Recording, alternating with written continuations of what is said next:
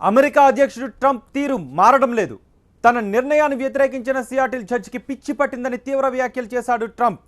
7 ముస్లిం దేశాలపై travel ban విధిస్తూ Trump తీసుకున్న నిర్ణయంపై స్టే విధించారు సియాటిల్ కోర్టు న్యాయమూర్తి జేమ్స్ రాబర్ట్.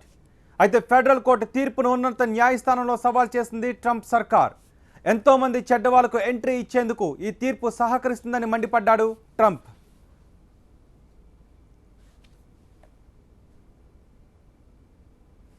తనకు వ్యతిరేకంగా తీర్పు రావడాన్ని జీర్ణించుకోలేకపోతున్నాడు ట్రంప్. ఉన్నత న్యాయస్థానం ఈ తీర్పును కొట్టేస్తుందని ఆయన జోస్యం చెబుతున్నాడు. అంతేకాదు, సియాటిల్ కోర్టు తీర్పు చూసి అమెరికా వ్యతిరేకులు, ముఖ్యంగా ఉగ్రవాదులు సంబరపడుతున్నారని వ్యాఖ్యానించాడు. జడ్జ్ రాబర్ట్ భయంకరమైన తీర్పునిచ్చారని ఆరోపించాడు ట్రంప్. నిజానికి సియాటిల్ కోర్టు తీర్పు ట్రంప్కు గట్టి ఎదురు దెబ్బ అని చెప్పుకోవాలి.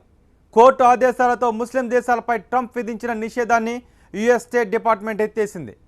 సియాటిల్ కోర్టు ఫెడరల్ జడ్జి ఉత్తర్వుల మేరకు అధికార యంత్రాంగం ఈ నిర్ణయం తీసుకుంది.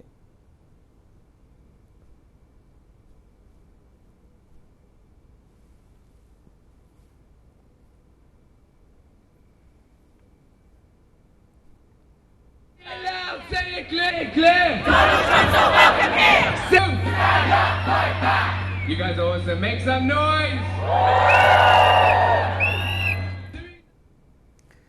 ట్రంప్ దూకుడుకు కోర్టులు బ్రేకులు వేస్తున్నాయి. ముఖ్యంగా 7 ముస్లిం దేశాల పౌరులపై ట్రంప్ విధించిన ఎగ్జిక్యూటివ్ ఆర్డర్పై సియాటిల్ కోర్టు స్టే విధించింది.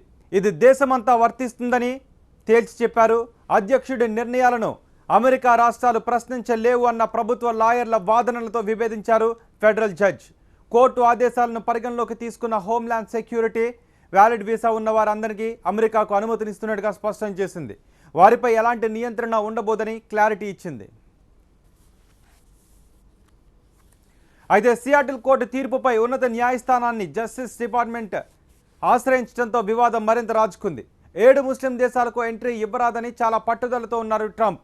కోర్టులు ముట్టుకాయలు వేసినప్పటికీ తన పంతాన్ని నెగ్గించుకునే ప్రయత్నాల్లోనే ఉన్నారు.